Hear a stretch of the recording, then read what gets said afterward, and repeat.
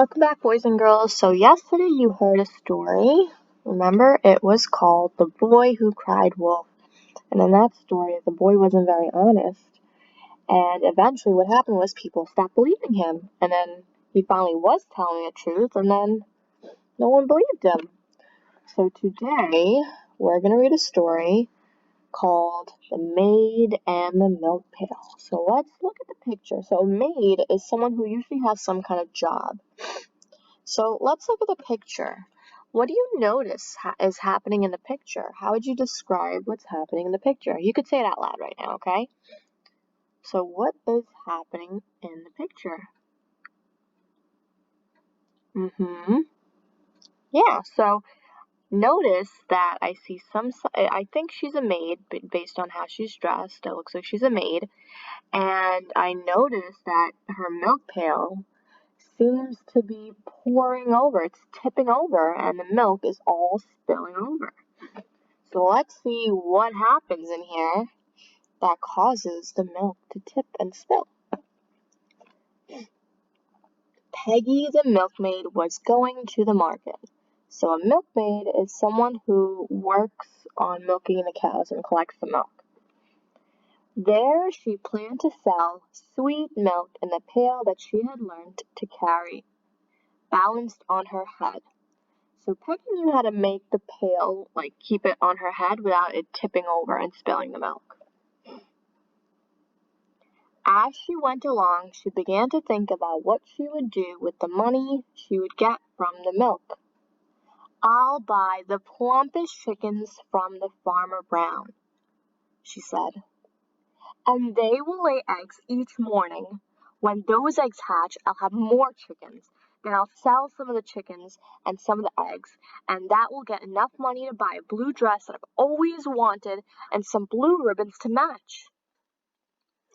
So far in the story, it seems like Peggy's getting a little ahead of herself. She's thinking about what she's going to do when she sells her milk. So what does she want to do?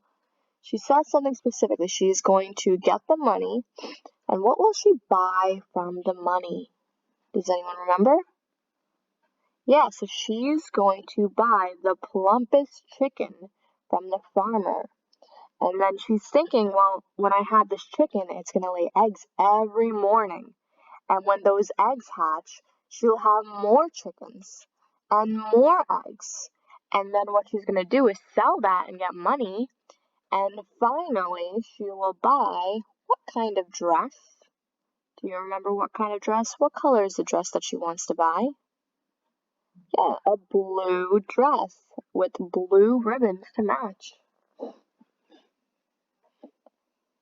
"Oh, I'll look so lovely that all the boys will want to dance with me at the fair, and all the girls will be jealous. But I don't care. I'll just toss my head at them like this." So she wants to make people jealous. So jealous means that when you want something that someone else has. So she wants all the girls to look at her dress and her fancy bow and be like, "Oh, I wish I had that. I wish I had what Peggy had." So that's what she wants. Not really a good feeling to have or to want to make people feel. She tossed back her head. Uh-oh. What was on her head? What was she balancing on her head? Yeah, the milk. The pail flew off, and the milk spilled all over the road. So Peggy had to return home and tell her mother what happened. "Ah, my child," said her mother, "don't count your chickens before they're hatched." So the moral of the story is, don't count your chickens before it hatches. So that means that don't go ahead of yourself.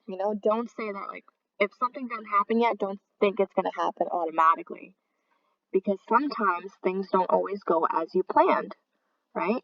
So Peggy thought that she was going to get all this money from the milk and buy a big plump chicken who's going to give her more chickens, who's going to give her more eggs, and then she'll get money. So she kept planning super ahead, but then it didn't really go that way because her milk spilled.